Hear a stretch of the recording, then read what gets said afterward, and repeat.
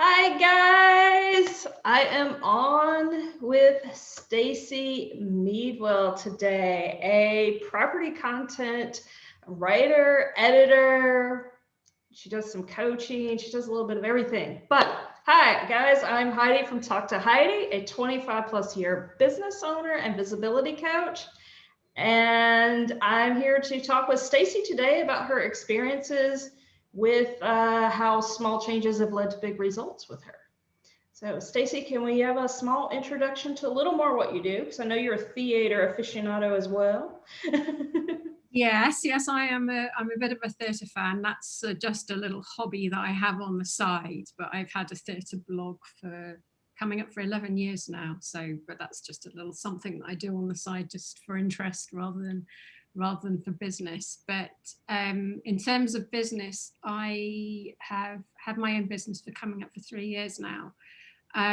But I have to preface all of this because I think it's important to the conversation we're going to have, is that I fell into it completely by accident. I was a journalist. I'd been a journalist for 20 years and I was made redundant. So I wasn't planning to set up my own business. And the reason it happened by accident was because when word got out that I was no longer a journalist, people started approaching me to ask me to write things for them, and also to do training and to do moderating and various other bits and bobs. So I didn't have a grand plan. I didn't set out with a strategy, or it just kind of happened. And after several months, I thought, well, I suppose I'm got my own business then, really. I should probably think about doing this properly. But the other thing is I didn't know, having been a journalist, even though I was a business journalist, I'd never run a business. I didn't know how you run a business. I didn't know anything about it. So I was starting with zero. I mean, I was Jon Snow. I knew nothing basically about running a business. So it's been a huge learning curve. And a lot of what I've done is what a lot of what I do is just come about from people asking me if I could help with stuff. And then some of that has been me just saying, yeah, I can do that. And then going away and panicking and thinking, oh my God, how on earth am I ever going to be able to do that? I don't know how to teach people how to write. I know how to write. How do I teach people how to write? I don't know how to do that. But you just kind of work your way through. And I think things started to sort of crystallize after about the first year, when I sort of thought, well, I should probably start taking this a bit. I started looking into taking it a bit more seriously. And then last year we started chatting, and by that point I was nearly 2 years down the line, and I'd been using LinkedIn for seriously for about a year at that point, and was getting the benefits of LinkedIn. But what I was kind of interested in, I think I sort of got to a point sort of 2.5 years in where felt like I built a good base, but I wanted to sort of take things to the next level. And I just needed some help with that, really, which is where you came in. Yeah, it's been, it's quite a road. I think everybody, when they go into business, you got shoved into it by accident, but it's still, I think, a learning curve for everyone, but even more so when it wasn't planned. But look, I mean, you did have that people just started contacting you and stuff right off the bat. So that's a really lucky position to be in on that kind of stuff. And you've taken it and turned it into a thriving business. As we were just talking, you are fully booked through the end of April right now. That's really amazing. And so how do you feel about all that? I mean, what do you feel like got you to this point, other than you started doing you found your way, I'm losing words right here for some reason, Stacey, I apologize. It's like my brain just shut off for a minute. But I know for you, and this is based on what I know, let me start over with this. I know for you, a little bit of this was a struggle with the marketing and stuff, because you're slightly on the introverted side and a little more on the quiet side. So putting yourself out there and stuff. How did you work with that and make that work with being put into the spotlight, basically? Yeah, I mean, I think a lot of that stems from sort of having been a journalist for so long, because you don't really have to market yourself, particularly as I was working for a publication that had a big brand behind it, a big name. It was, well known in the industry. And so, the whole marketing and putting yourself out there in that way just wasn't something that featured. And yeah, I am quite introverted, which kind of will surprise some people when, as a journalist, I used to have to moderate panels at conferences and stuff, and people always commented about how confident I looked, but it was kind of inside I was having having a meltdown. I just managed to kind of conceal it around this large shell. And I think I found it, I think the key for me was finding a way of marketing myself in a way that felt authentic to me, because a lot of the things that people propose and way it was just like, that just didn't feel like it was me at all. And so there was a lot of experimentation, and I looked at what a lot of other people were doing just to get ideas. And you start being a bit of a magpie and go, well, I like the way they've done that, but then you kind of put your own sort of twist on it. So I sort of, it took a long time to, and I'm still experimenting and still learning, and it's a lot easier than it was. I mean, one of the other big things about was being on LinkedIn and posting as myself, because having been a journalist and working for a publication is you have all that behind you and you're part of this big machine. Whereas when it's just you, you're out there on your own. Yeah. And that took a while to kind of get used to. But the theatre blog also helped. I mean, I actually, because a lot of people talking about you've got to do video, and I was just like, no way am I going to do video. Absolutely no way, Jose. But actually I started doing, it was something I'd wanted to do on my theatre blog. I wanted to do like 60-second reviews. And so I started doing them for that, because it just sort of, there's no harm or anything. It's not, it's a completely different audience. There's, a lot of people, there's a lot of audience that I don't, aren't trying to get work out of. So there wasn't any of that kind of fear of making an arse of myself. And so I started doing video with my theatre blog. And then once I kind of got comfortable with that, and that was a bit of a journey, I started doing it at home when I got home from the theatre, and then I eventually started doing them outside the theatre, but it took a little while to kind of just gradually build up. Small steps, I would say, small steps. Start, I'm not one for taking the plunge. I'm kind of like take little kind of steps and gradually build up to it. And then that gave me the confidence to start doing videos on LinkedIn. And I mean, I've stopped doing that now, not for, partly because of lockdown and everything going on and stuff like that. But so it's things like that. It's quite good having the blog and, my personal blog, because I have used that as a test bed to try things, different media, and then sort of see how it works and get comfortable with it before then sort of switching over to the business side. But it's a continual learning, and I feel like I've made a lot of progress in the whole kind of marketing, and I do actually quite enjoy it. Actually, I quite enjoy this sort of new business development stuff, and I thought that's been quite a big surprise, because I thought that was the bit that I would absolutely hate. Yeah, I really feel like you thrive in it. Because a lot of people, the marketing is what they hate, and I just watch you out there, and it does seem like you enjoy it so much. But I've also think you found a way to make it match your personality and work for you. Like you said, you use the blog as practice, the theater blog as a practice run for your actual business stuff before you test that out.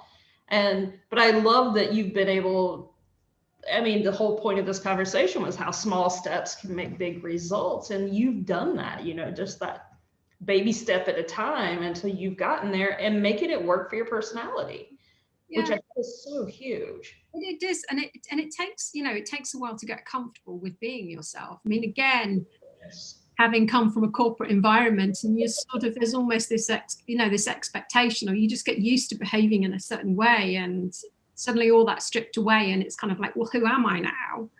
who am I? How do I be? And and obviously, if I could turn back the clock, I've started out a lot differently, but that's always the case. But it was just a gradual, and partly because of things that you were saying about being authentic and being yourself and how much easier it is.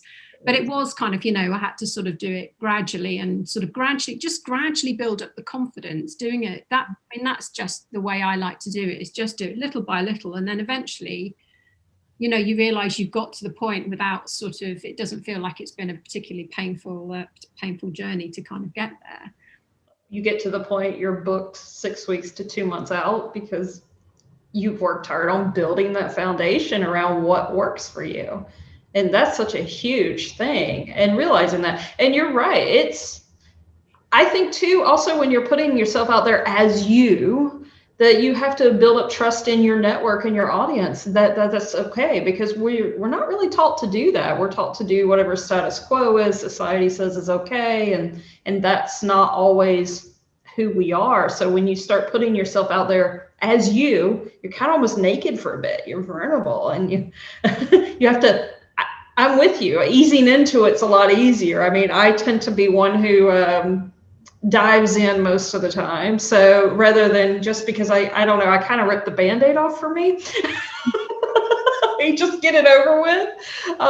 But I understand also gradually working into it. I mean, do what works for your comfort level, but at the same time, you're still pushing yourself past that edge so that you kept going. Some things you have to jump into, like doing the video, there's not doing a video and there's doing a video, and there's no kind of like half doing a video. You've just got to do it. That's true. So there are certain things that you can't. I had to psych myself up to it. And actually, the very first LinkedIn video I did was all about the fact that I should be doing a LinkedIn video and how the whole thing terrified me. So that was the first one, but then it becomes kind of taking small steps to work out the way, work out how to make it more, comfortable doing it.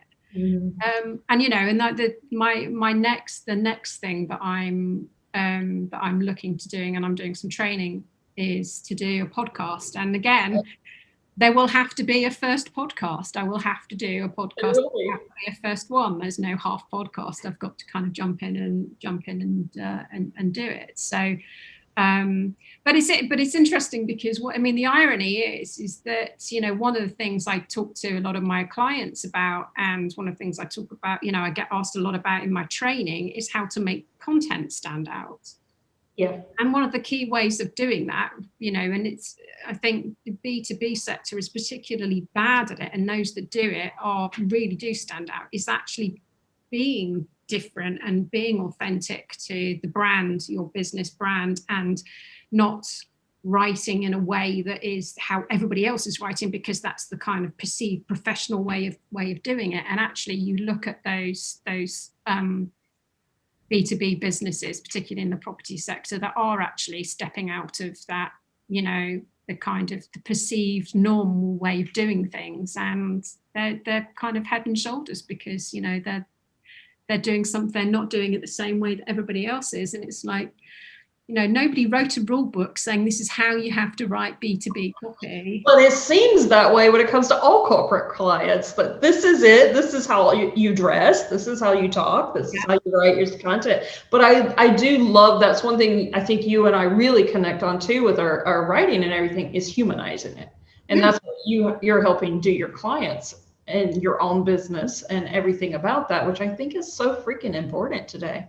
And the thing is that comes from journalism, because journalism is you telling stories. And if you can have like a, especially if you're writing profiles, you want to get the personality and the person into the, it's, even if it's a business profile, it's not just, this is what they've done. This is, and you want to kind of tell a story. You want to kind of connect with the audience in some way. So, it's kind of been come a roundabout way of coming back to kind of how that works for me and the stuff that I do and how I use that for my business. But in terms of, for me, marketing my own business and being myself. But it's what I kind of help with the writing. That's kind of what I help clients with in terms of bringing that human, and some are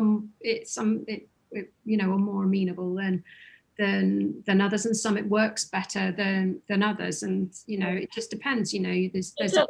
There's a flexibility there, and ultimately I deliver what clients want, and and I can come up with ideas, and if they like the ideas, then great. If they don't, that's fine. We'll work with.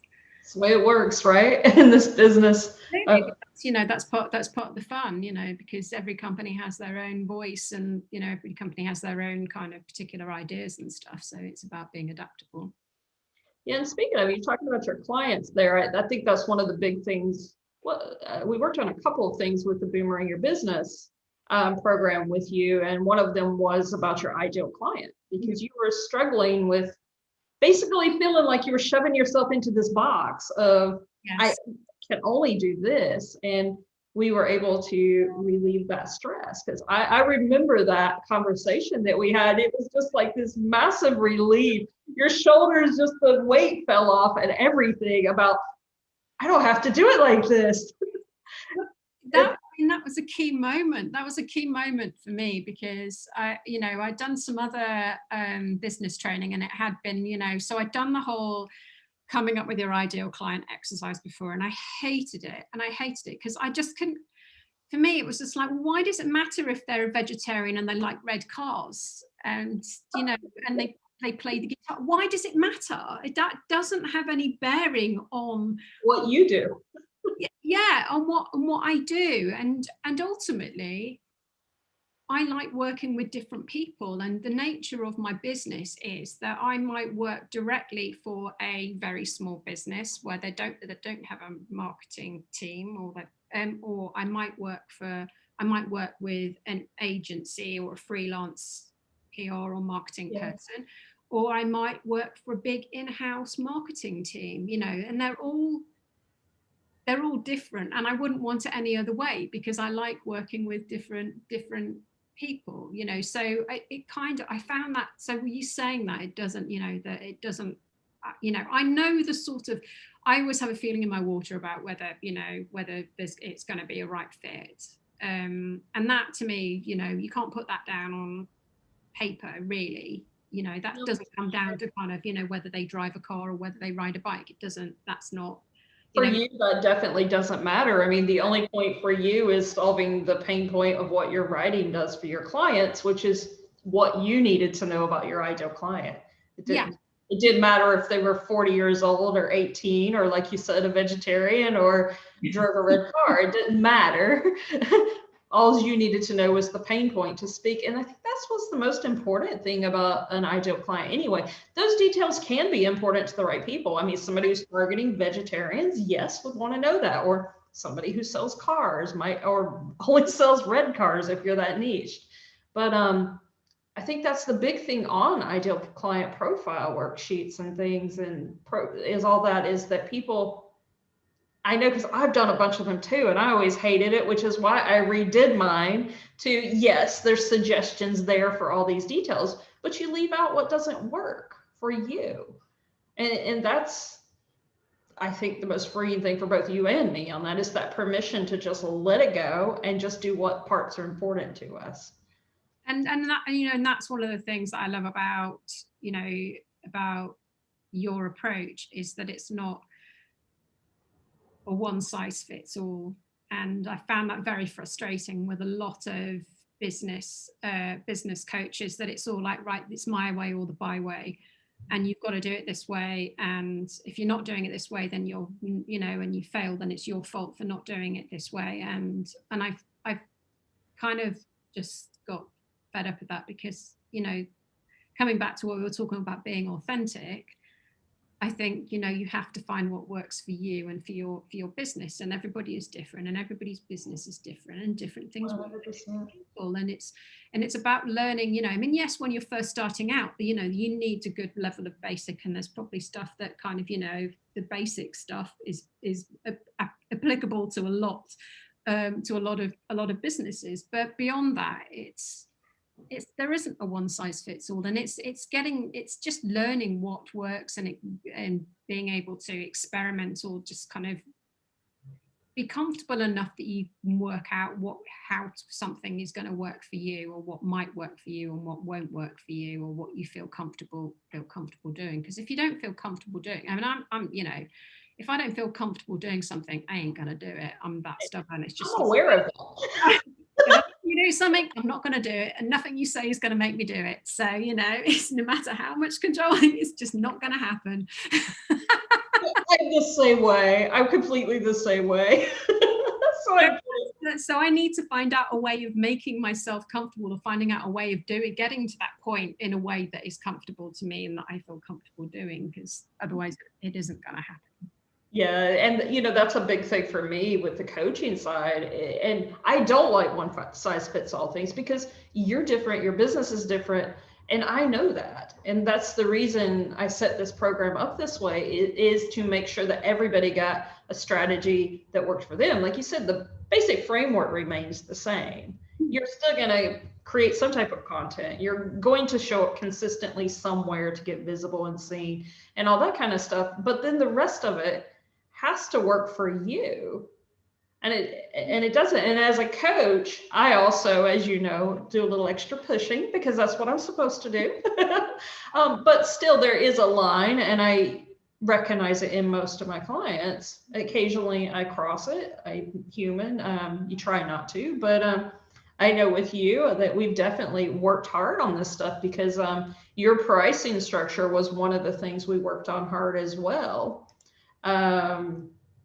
And helping you think about retainers, and just getting your prices up some, and that kind of stuff, and simplifying your offers, because things were so much more, if I remember correctly, they were pretty complicated at that point. Yeah, I mean, again, it comes back to the original point about sort of small changes, because one of the things I did at the beginning of last year was I drew up a rate card, because I found myself getting in. I have, as I know a lot of people do, I have self-sabotage, and the amount I was charging would quite often depend on how confident I was feeling that day. And if self-sabotage was visiting that day, then I would probably lower my prices, because I didn't feel confident enough to charge it. So I thought, well, if I set myself a rate card, then that's it. And people want to know how much I charge, I send the rate card, and there's kind of no discussion about it. I don't have to talk about it I don't have to sort of then write it down again and then give myself the opportunity to kind of knock a bit off. But what I found really useful in our conversations about it was talking about packages, and sort of because it was something that I hadn't thought that much about, partly because I kind of wasn't sure how to sort of package certain things up. And it was only because we had a conversation, you were asking certain questions, and you made some suggestions that actually gave me some clarity on how I can package some things up, particularly around my training. So again, it's kind of like the small things that actually just make a big difference, because I kind of, I'd sort of started from nowhere, no nothing, making stuff up, going, how much should I charge, sort of like, the wind's blowing from that direction, so that amount today, to the rate card, to kind of getting a bit more clarity on sort of, how I can package, particularly around the training, because, that's the things when you start out in business and you haven't been in businesses, you have no idea, and I've got friends that are sort of thinking about going freelance, and they're going, how on earth do I decide how much to charge? And I think it's the number one pain point for a lot of people, really. And a lot of it comes down to confidence as well. It all comes down to confidence. I mean, you do have some people that are overconfident, that are charging way too much, but the majority of people, especially the women I work with, the majority of them are undercharging because of lack of confidence, not being sure, or they need the work, and so they're afraid to ask for what they're worth, and would rather take the extra time. And instead, you lose your time, you lose your freedom, and then you're just grinding it out at that point.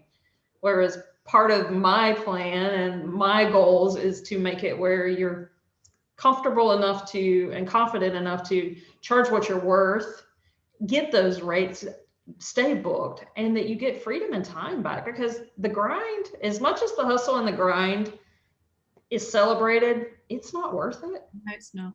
It's not worth it. I mean, you know, Really if you not. haven't learned that from the last year, then yeah, it definitely isn't. Definitely isn't. I mean, my thinking around it has changed a lot in well, since setting up my own business, because I kind of reevaluated what was important. You know, one of the things that has made me very determined about making my business work is because I enjoy the freedom of being able to do the work that I want to do and to work with the people I want to work with, which you just don't get in a corporate environment, because, you know, you might enjoy the work, but there's always going to be stuff that you don't particularly, you know, enjoy, that you just have to do. And there's not that freedom. And that's what I really enjoy about the freedom. And I wouldn't want to ever give that up. So that's kind of been a big spur for me to make it work, because I just love that. I love that freedom of being able to do what I want to do. You know, if I want to go in this direction, I can go in this direction. You know, if I don't want to do that, I don't do it. You know, I don't. Experiment, you do. Exactly, yeah. If I want to try something new, I try something new. You know, and if I want to do some training, I do some training. You know, I mean, I've probably invested more. I've probably done more training since I was had my own business than I probably did in the whole, you know, time in corporate life, because you can you're investing in your, you know, yes, you're investing in yourself for yourself. It's, you know, so it's, you know, it's, you know, and if I fancy doing something and I've got the funds to do it, I do it. Yeah, and I love having that freedom. And I agree with you. Working the corporate life, I didn't invest in myself near as much. I mean, I did, but not near as much as I have as a business. It's important to do those things because it allows you more freedom. Absolutely, you know. Yeah, so hence doing the podcasting course now. I know. Do you have a name for it yet? I've got about 20 names that I'm working with at the moment. Oh, I cannot wait to hear what you settle with. Go with. I shouldn't say settle, what you go with. You know, we have been told that, you know, don't get too hung up on getting it perfect, because you can change it further down the line. So, which is good to know. But yeah. Very, very true. It's like with anything in business, you can always tweak it and adjust it later. There's very little of it that cannot be undone or changed if you're flexible and adaptable. The big thing is just holding the course on your consistency when you're testing things, to make sure that you gave it enough time to make sure it works. Yes. Before making the changes. Well, Stacey, this has been awesome. And it was so amazing having you with Boomerang Your Business and seeing your growth, and well, just seeing your growth in general too. From, gosh, I've known you for probably a little over a year now. It's been amazing watching your journey and confidence and things like that. What is one thing you would leave everybody with today? Well, going back to the beginning, is take small steps. You know, try and find a way of doing it that feels authentic to you, and don't feel you have to kind of jump in, unless it's a video. Don't feel that you have to kind of jump in and do it all in one go. You know, try, experiment, you know, ease yourself into it. I mean, one of the things that I've suggested to people that feel uncomfortable writing comment pieces or putting themselves out there is start off by commenting on other people's stuff, because that's still putting yourself out there, but it's just like a little baby step towards it. So I would say baby steps. If you're scared about doing something, just take small steps. I agree. Baby steps are a good way to leave this. Yeah, if you're scared to take well, I shouldn't say scared, but if you're a little hesitant to take the massive dive in and cannonball just right into the pool, baby steps, shallow end of the pool is okay. You will still get there. That's exactly what we do with Boomerang Your Business. If you guys have any questions, please leave them in the comments or send me a DM. Stacey is open to questions too. If you have any, leave those in the comments as well. And thank you so much for joining me today, Stacey. It was an honor. Thank you. My first interview being interviewed, which is a bit of a strange experience for someone who's... I will have to admit, this has been strange for me, because you are my number 2 interview of me being the host. Normally I'm a guest, which I I like being a guest. Being in charge has been a little different, but I'm enjoying it. And thank you so much for making it easy on me. And I'm going to say goodbye to everybody. Ciao. And I will see you guys online.